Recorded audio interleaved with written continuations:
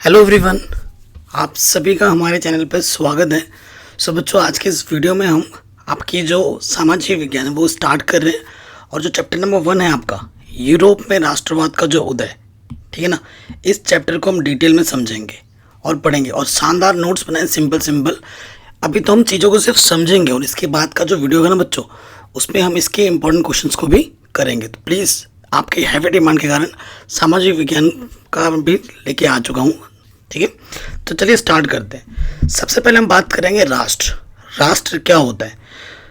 Unrest रेनर, ठीक है, उनके अनुसार समान भाषा, नस्ल, धर्म से बने क्षेत्र को राष्ट्र कहा जाता है। समान भाषा, जहाँ पे भाषा एक समान हो, ठीक है, धर्म से बने चित्र, सारा एक धर्म हो, तो उसको हम राष्ट्र कहते हैं।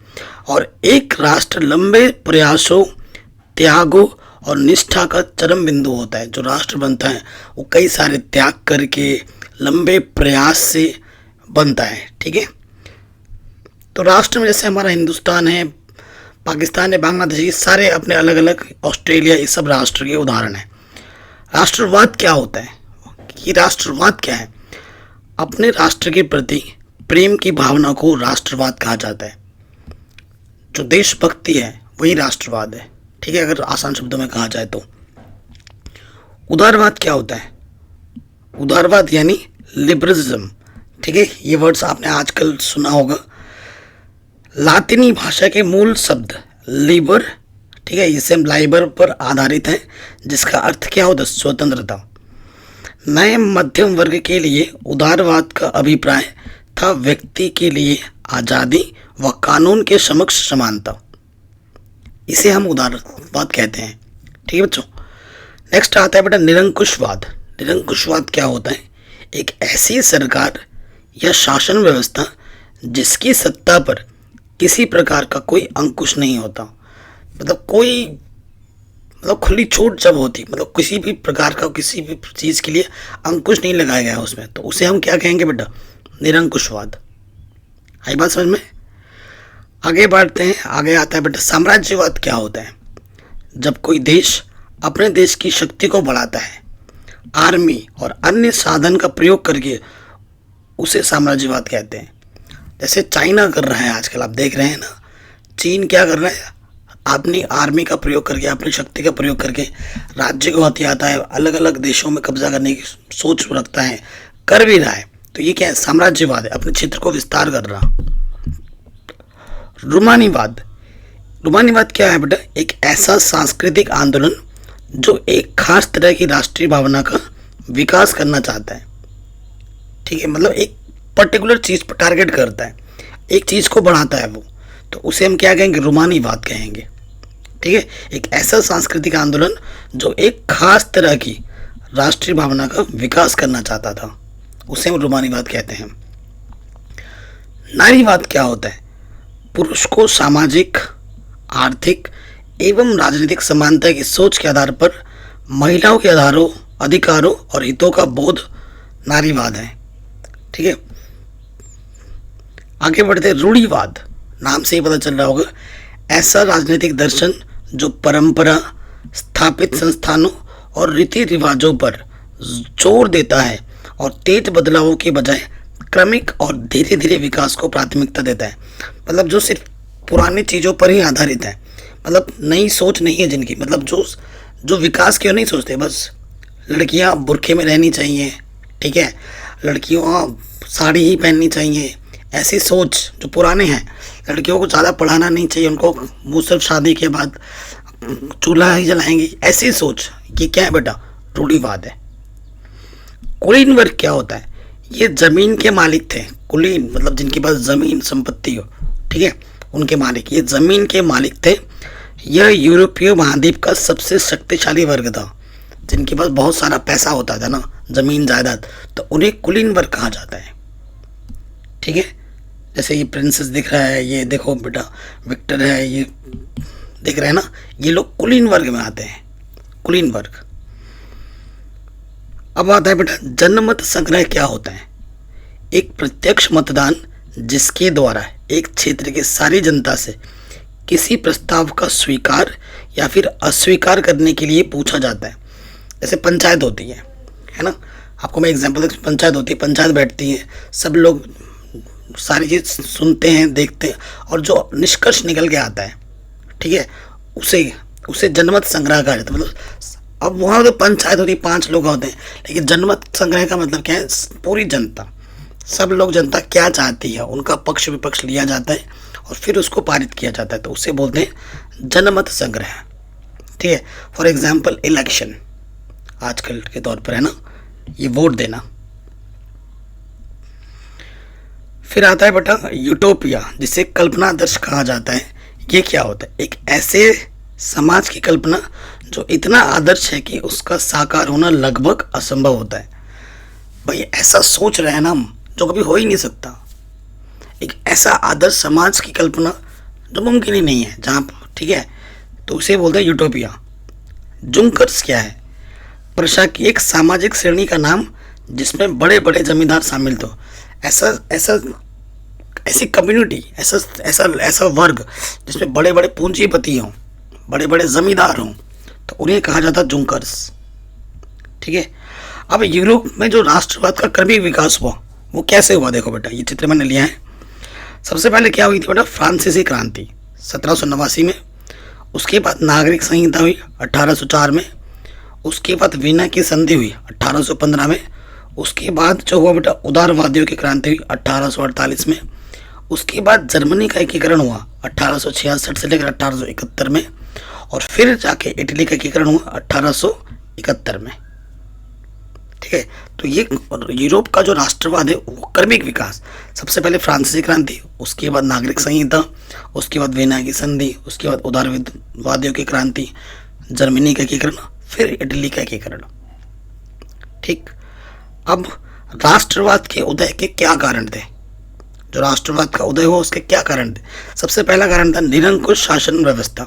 निरंकुश, इसीलिए मैंने हर एक वर्ड्स को पहले अच्छे से समझाया ताकि आप कुछ चीज़ों को समझने में ना दिक्कत हो। फिर उदारवादी विचारों का प्रसार, स्वतंत्रता, समानता और बंधुत्व का नारा, शिक्षित मध्य वर्ग की भूमिका, ये कुछ ऐसे कारण हैं जिनके कारण राष्ट्रवाद के उदय के लिए चीज़ें जिम्मेदार हुई। ठीक है, अब डिस्कस कर रहे हैं यूरोपीय समाज की संरचना 19वीं शताब्दी के पहले कैसे थी।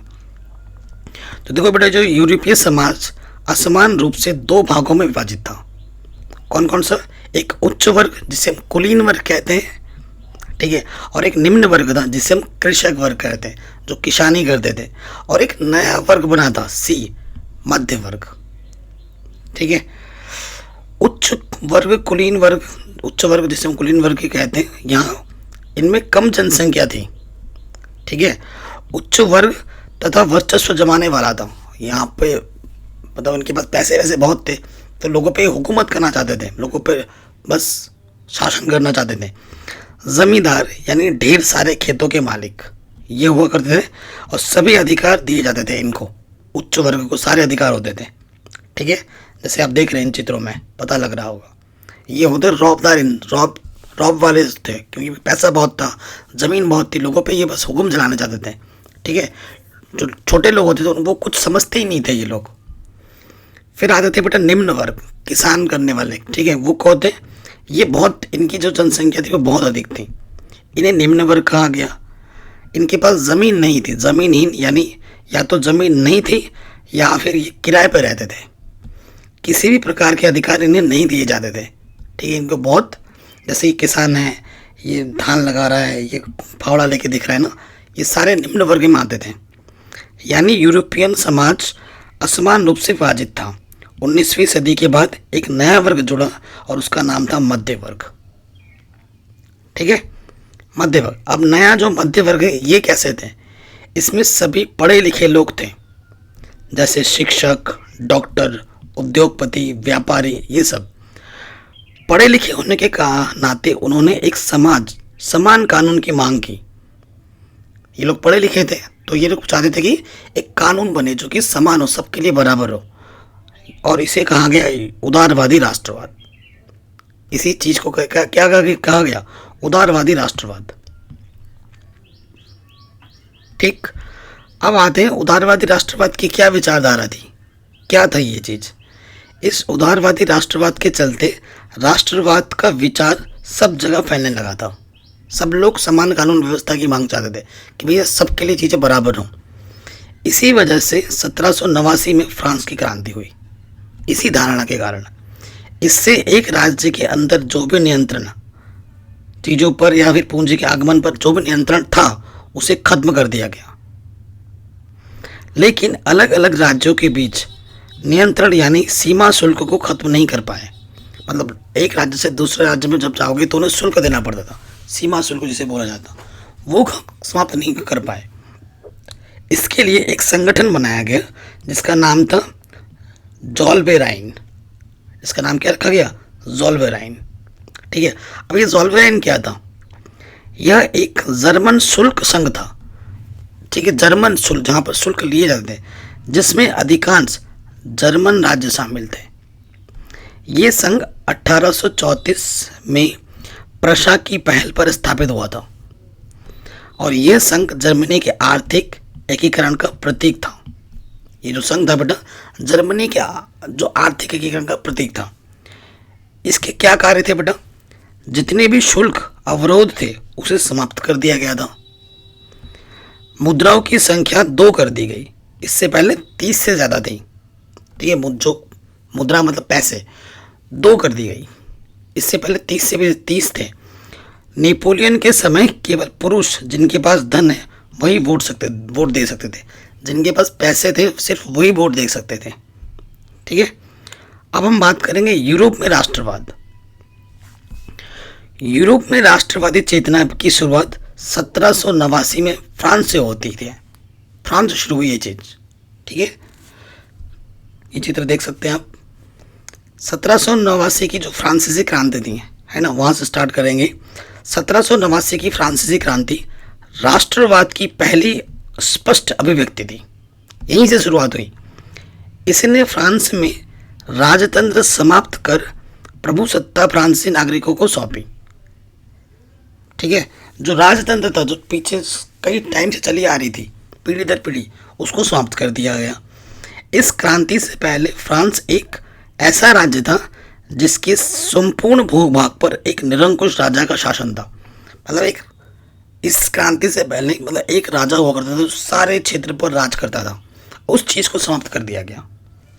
ठीक है। इस क्रांति के बाद सामूहिक पहचान बनाने के लिए उठाए गए नए कदम क्या थे? तो पहला कदम था प्रत्येक राज्य से एक स्टेट जनरल चुना गया और उसका नाम बदलकर नेशनल असेंबली कर दिया गया। ठीक है। फ्रेंच भाषा को राष्ट्रभाषा घोषित कर दिया गया। जैसे हमारी राष्ट्रभाषा क्या हिंदी है ना, वैसे ही उन्होंने फ्रेंच भाषा को अपना राष्ट्रभाषा घोषित किया। एक प्रशासनिक व्यवस्था लागू की गई जिससे सबको समान कानून का अनुभव हो। प्रशासनिक भाषा होती है, जैसे अगर मैं बताऊं हमारे देश में बंगाल की तरफ मतलब कलकत्ता की तरफ जाओगे तो बंगाली भाषा चलती है। ठीक है। पंजाब में जाओगे तो वहाँ पंजाबी चलती है। ठीक है। मैं उत्तराखंड में रहता हूँ तो हिंदी चलती है। तो वही चीज़ है प्रशासनिक भाषा। आंतरिक आयात निर्यात सीमा शुल्क समाप्त कर दिया गया। जो आंतरिक मतलब देश के ही अंदर आयात निर्यात होता था ना, उसकी जो फीस को समाप्त कर दिया गया। सीमा शुल्क को भी समाप्त कर दिया गया और भार तथा माफ की एक समान व्यवस्था लागू की गई। स्कूल और कॉलेज की छात्राओं द्वारा भी समर्थन के रूप में क्लब का गठन किया गया जिनका नाम दिया गया जैकोबिन क्लब।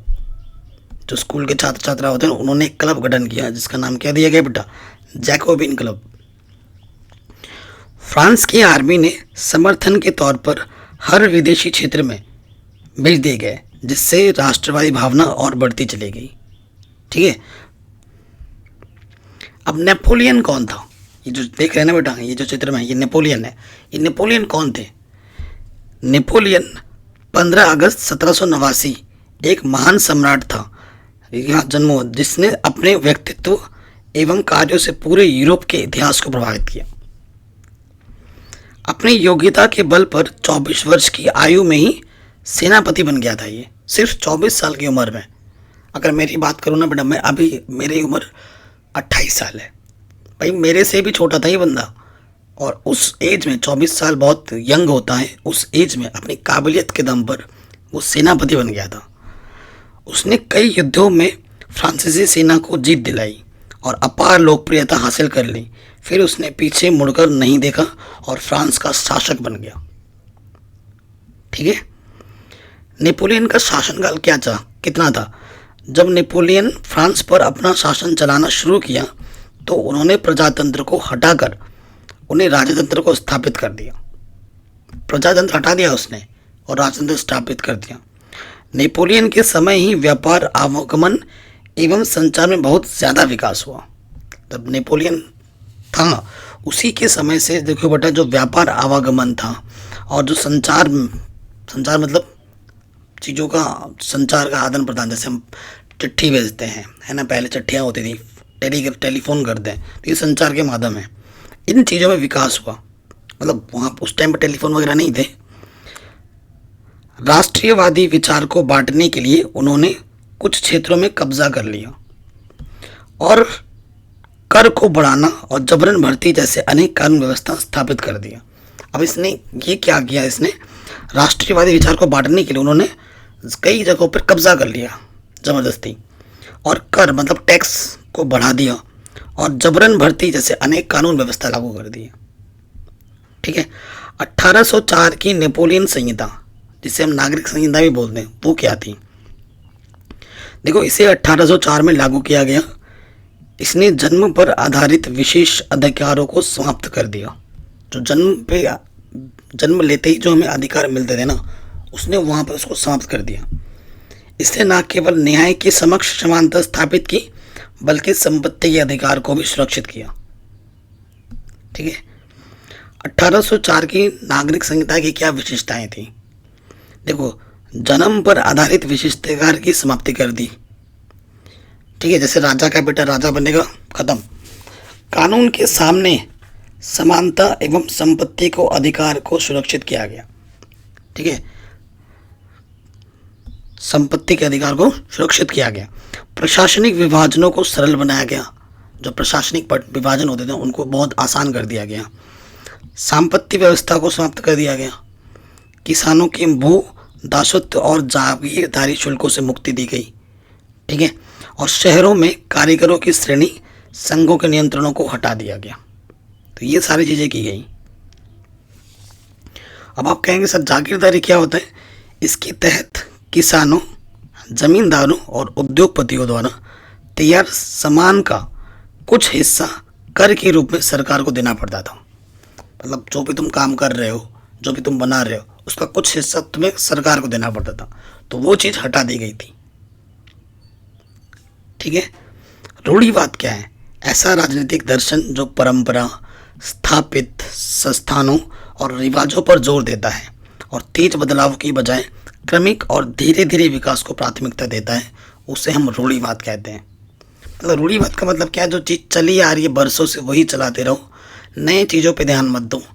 जो विकास है उसको उस पर नहीं देते, धीरे धीरे चल रहा है, कोई दिक्कत नहीं, पुरानी सोच को रखना, ये रूढ़िवाद है।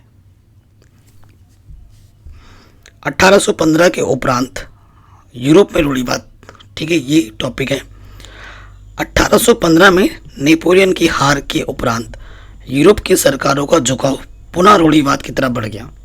जैसे ही नेपोलियन हार गया ना, बट उनका जो झुकाव है पुराने चीज़ों की ओर फिर से बढ़ गया।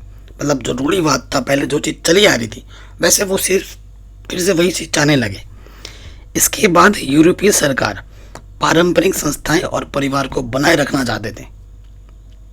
इसीलिए इसके लिए उन्होंने नेपोलियन के समय जितने भी बदलाव हुए थे उन सबको ख़त्म कर दिया। नेपोलियन के टाइम पे जो जो बदलाव किए गए थे ना, उन सबको उन्होंने ख़त्म कर दिया। ठीक है। जिसके लिए एक समझौता किया गया और जिसका नाम दिया गया था वेना समझौता, या जिसे हम बोलते हैं वेना की संधि, वेना संधि। ठीक है। ये क्वेश्चन में आता है कि वेना संधि क्या है, तो ये चीज़ थी वेना संधि। फिर बात करेंगे वेना कांग्रेस के बारे में। 1815 में ब्रिटेन, प्रशा, रूस और ऑस्ट्रिया जैसे यूरोपीय शक्तियों जिन्होंने मिलकर नेपोलियन को हराया था के प्रतिनिधि यूरोप के लिए एक समझौता तैयार करने के लिए वीना में इकट्ठा हुए, जिसकी अध्यक्षता ऑस्ट्रियन के चांसलर ड्यूक मेटरनिक ने की थी और जिसे बोला जाता है वीना कांग्रेस। ठीक है। संधि के तहत मुख्य 3 निर्णय क्या लिए गए थे। पहला निर्णय यह था कि फ्रांस की सीमाओं पर कई राज्य कायम कर दिए गए ताकि भविष्य में फ्रांस अपना विस्तार ना कर सके। पहले नियम ये थे ना, जो सीमा पर थे तो कई राज्य बना दिए गए ताकि फ्यूचर में, भविष्य में जो फ्रांस है अपना विस्तार वहाँ से ना कर सके।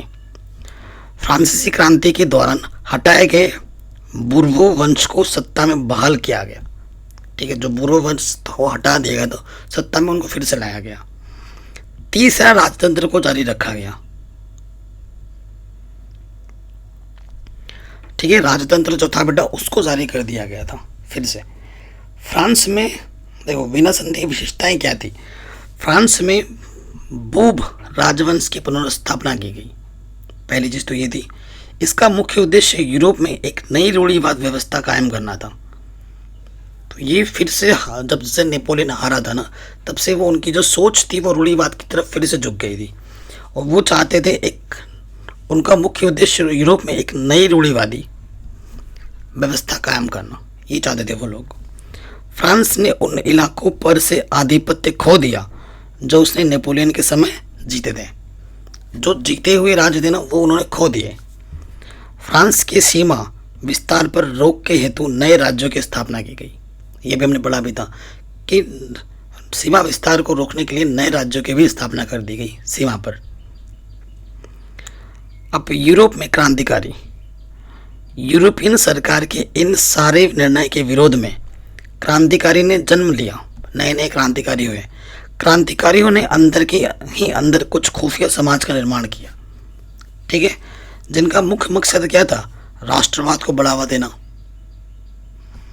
वीना संधि के विशेष विरोध को करना और स्वतंत्रता के लिए लड़ना, ये सब वो चाहते थे। ठीक है। 1830 भूख, कठिनाई और जन विद्रोह, इस टॉपिक को डिस्कस करेंगे। 1830 को कठिनाइयों का महान साल भी कहा जाता है। मतलब बहुत सारी कठिनाइयाँ हुई इस साल में। जैसे ज़बरदस्त जनसंख्या वृद्धि, बहुत जनसंख्या बढ़ गई।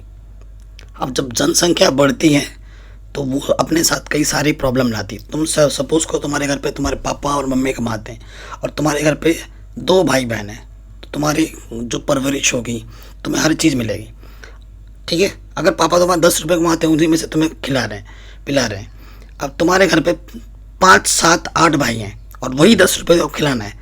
सोचो अब क्या होगा। खाने की कमी होगी, हर चीज़ के लिए तरसोगे, है ना। वही है, लोग गांव से शहर की ओर रुख करने लगे क्योंकि गांव में काम नहीं था। शहरों पे की ओर जाने लगे ताकि उनको काम मिल सके, रोजगार मिल सके। बेरोजगारी में वृद्धि हो गई, लोग बेरोजगार हो गए और गरीबों की संख्या भी बढ़ने लगी। दिन प्रतिदिन गरीबी में वृद्धि हुई। इसी साल के दौरान फसल बर्बाद हो गई। रही सही कसर इन्होंने कर दिया भगवान जी ने, फसल भी बर्बाद हो गई, जिससे खाने की सामग्री की कीमत बढ़ने लगी और छोटे छोटे फैक्ट्रियां बंद होने लगी। खाने पीने की कमी और व्यापक बेरोजगारी, इन सभी कारणों से लोगों ने सरकार के खिलाफ विद्रोह कर दिया। लोग सड़कों पर उतर आए, जगह जगह अवरोध लगाया गया जिसे कृषक विद्रोह के नाम से जाना गया। अब यही चीज आप फिलहाल के टाइम में श्रीलंका में देख रहे होंगे, है ना। उसके बाद जिससे यूरोपियन सरकार को गणतंत्र राज्य घोषित कर दिया गया। ठीक है, इसी चीज के चलते यूरोपियन सरकार को गणतंत्र राज्य घोषित कर दिया गया। अब गणतंत्र के बाद क्या कानून में बदलाव किए गए वो देखते हैं।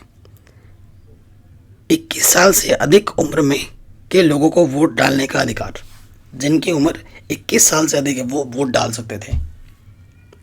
ठीक है, पहले क्या था, पूंजीपति लोग वोट डालते थे, लेकिन अब 21 साल से अधिक सभी को वोट डालने की अनुमति थी। अब हमारे यहाँ क्या, 18 साल से अधिक सभी लोग वोट डाल सकते हैं। सभी नागरिकों को काम के अधिकार की गारंटी दी गई, सबको काम मिलेगा। रोजगार उपलब्ध कराने के लिए कारखाने उपलब्ध कराए गए। अब रोजगार कहाँ से मिलेगा, कारखानों से मिलेगा। ठीक है, तो कारखाने बनाए गए, उपलब्ध कराए गए। इन सभी से धीरे धीरे गरीबी और बेरोजगारी कम होने लगी, खत्म नहीं हुई।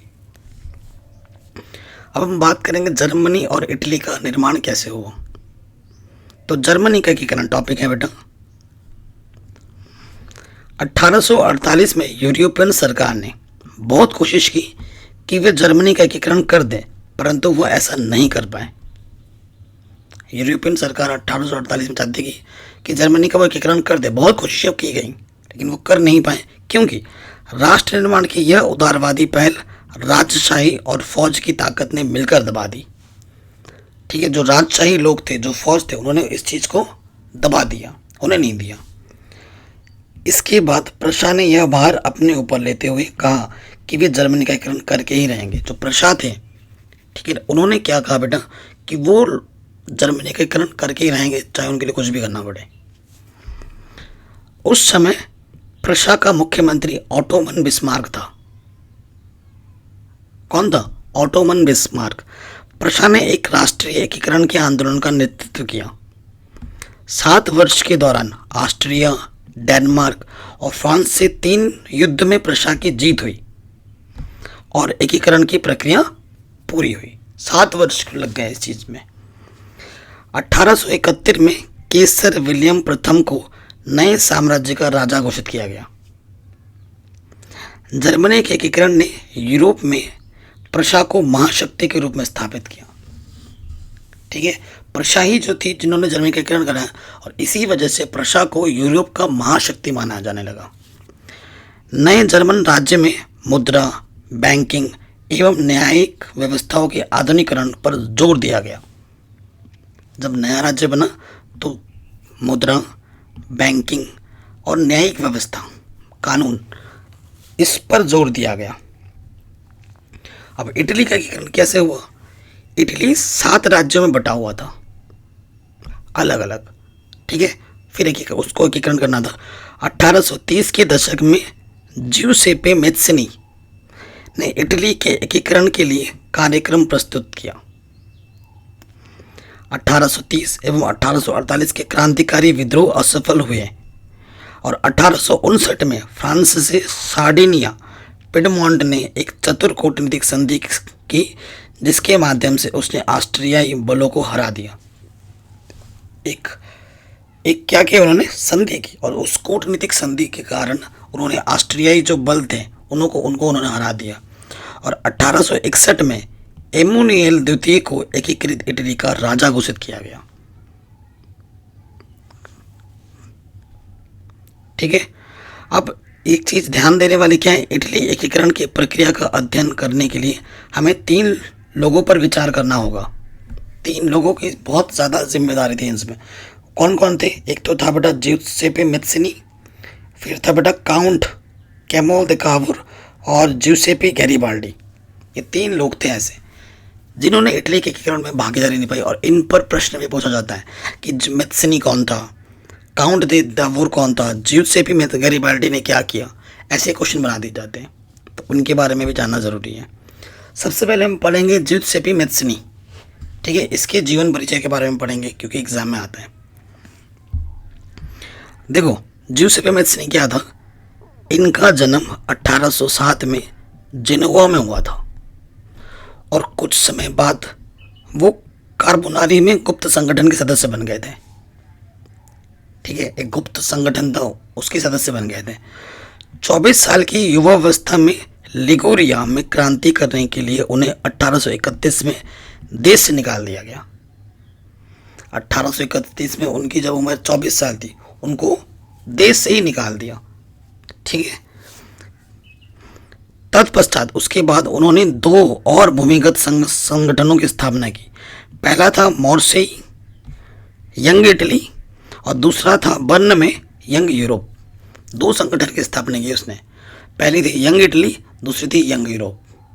ठीक है, मैत्सिनी द्वारा राजतंत्र का जोरदार विरोध एवं उसके प्रजातांत्रिक सपनों ने रूढ़िवादियों के मन में भय भर दिया था। मैत्सिनी क्या चाहता था कि जो राजतंत्र है, जो प्रजातांत्रिक चीज़ें चली आ रही हैं, उसको समाप्त किया जाए। ठीक है, और इसी चीज़ के लिए ये लोग जो चला रहे थे इन सब चीज़ों, उनके मन में भय भर दिया।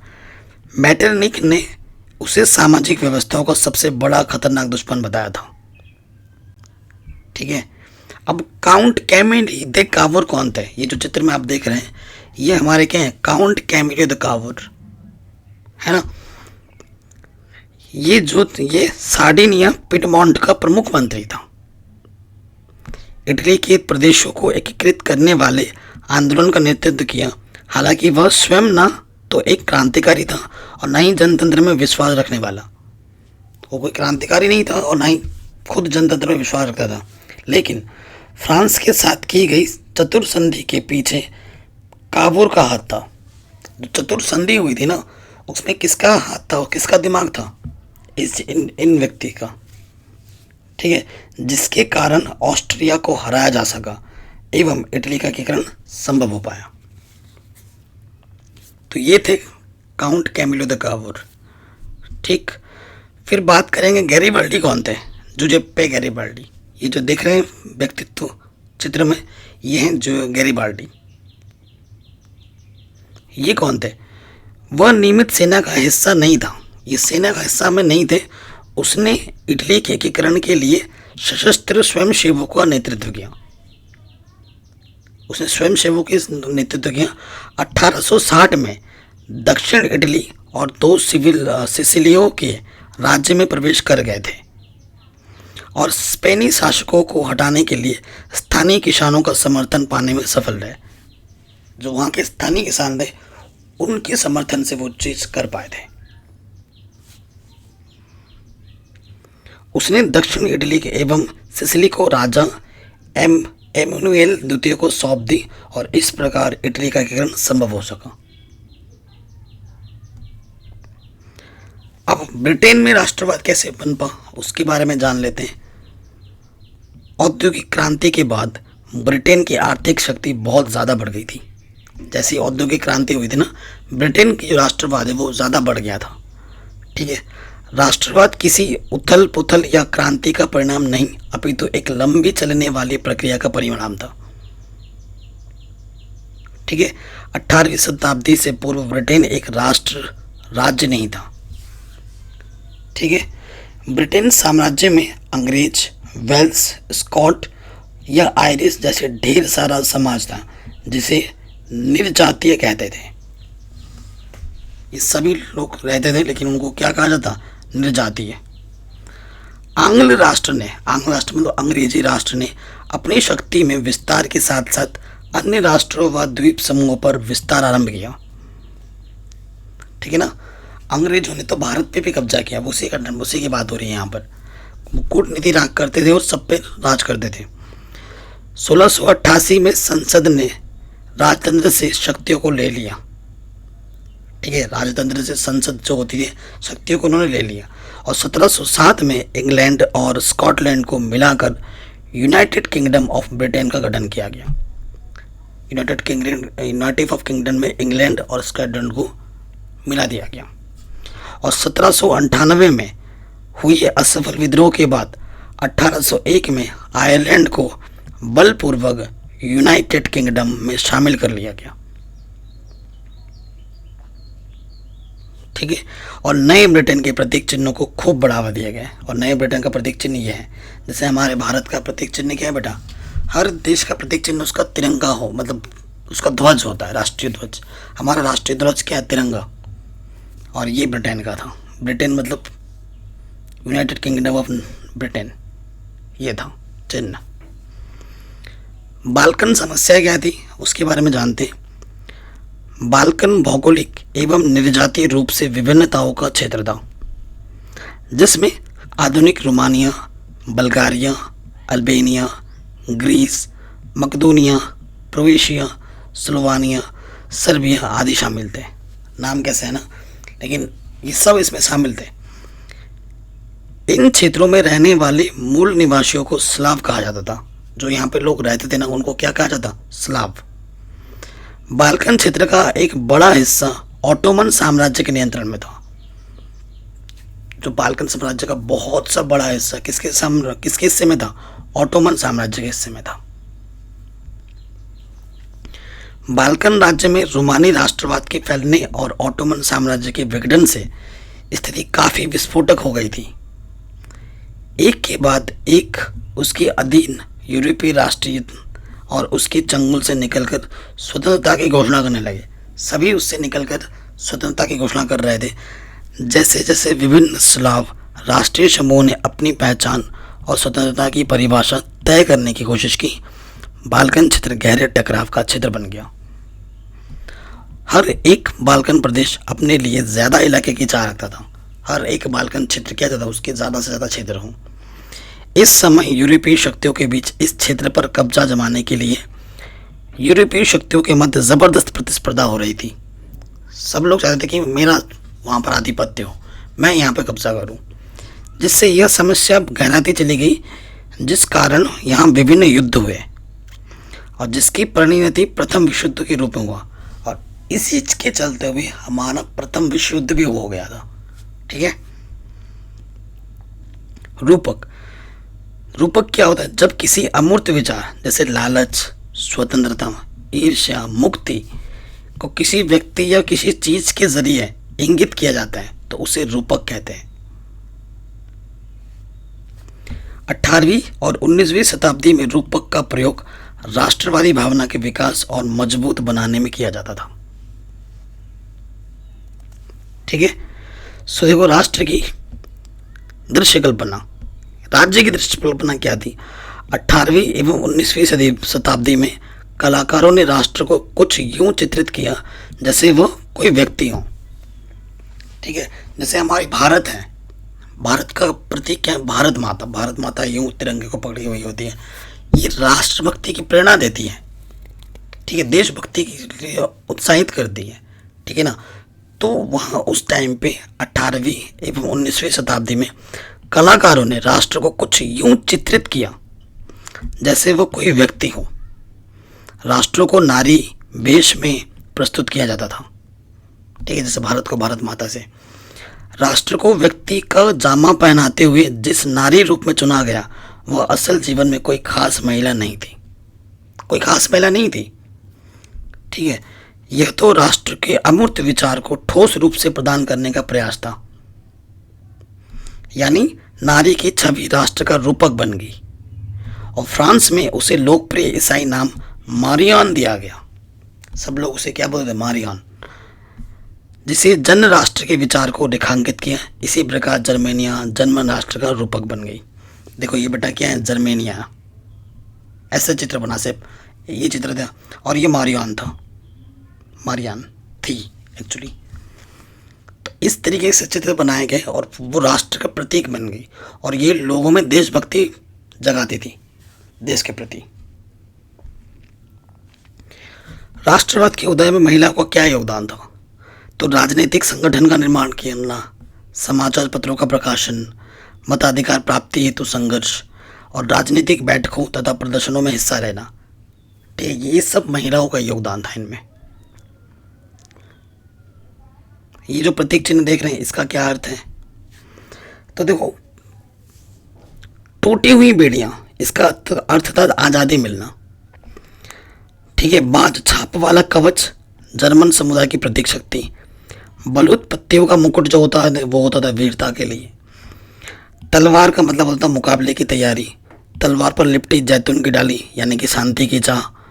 काला, लाल और सुनहरा तिरंगा, उदारवादी राष्ट्रवादी को झंडा। और उगते सूर्य की किरणें, एक नए युग की शुरुआत। ये सब इनके मतलब थे चिन्हों के। ठीक है। तो आशा करता हूँ ये चैप्टर आपको समझ में आया। मैंने बहुत सिंपल और शॉर्ट में आपको समझाया है और इसके क्वेश्चन आंसर जब हम करेंगे ना बेटा तो आपको और चीज़ें समझ में आ जाएंगी। बट इतना चीज़ अगर आपने पढ़ लिया है, इसके बाद क्वेश्चन आंसर करेंगे तो आपको मज़ा ही आ जाएगा। क्वेश्चन आंसर से भी आप चीज़ों को और समझ पाएंगे और वो ज़्यादा इंपॉर्टेंट है। ठीक है। तो वीडियो अच्छी लगी है तो लाइक करो, शेयर करो, चैनल पर नया तो बेटा सब्सक्राइब करो। डिस्क्रिप्शन को जरूर चेक करना, आपको पता होगा मैं मैथ्स पढ़ाता हूँ, साइंस भी पढ़ाता हूँ और जो कि मैंने सब कुछ ऑलरेडी पढ़ा रखा है। लिंक्स मिलेंगे डिस्क्रिप्शन पे। चैनल पे ना हो सब्सक्राइब करो, नोटिफिकेशन प्रेस करो और इस वीडियो को हर जगह शेयर करो। कमेंट करके बताओ आपको नेक्स्ट वीडियो क्या चाहिए। मिलते हैं नेक्स्ट वीडियो में। अपना ख्याल रखिए। तब तक के लिए गुड बाय। जय हिंद।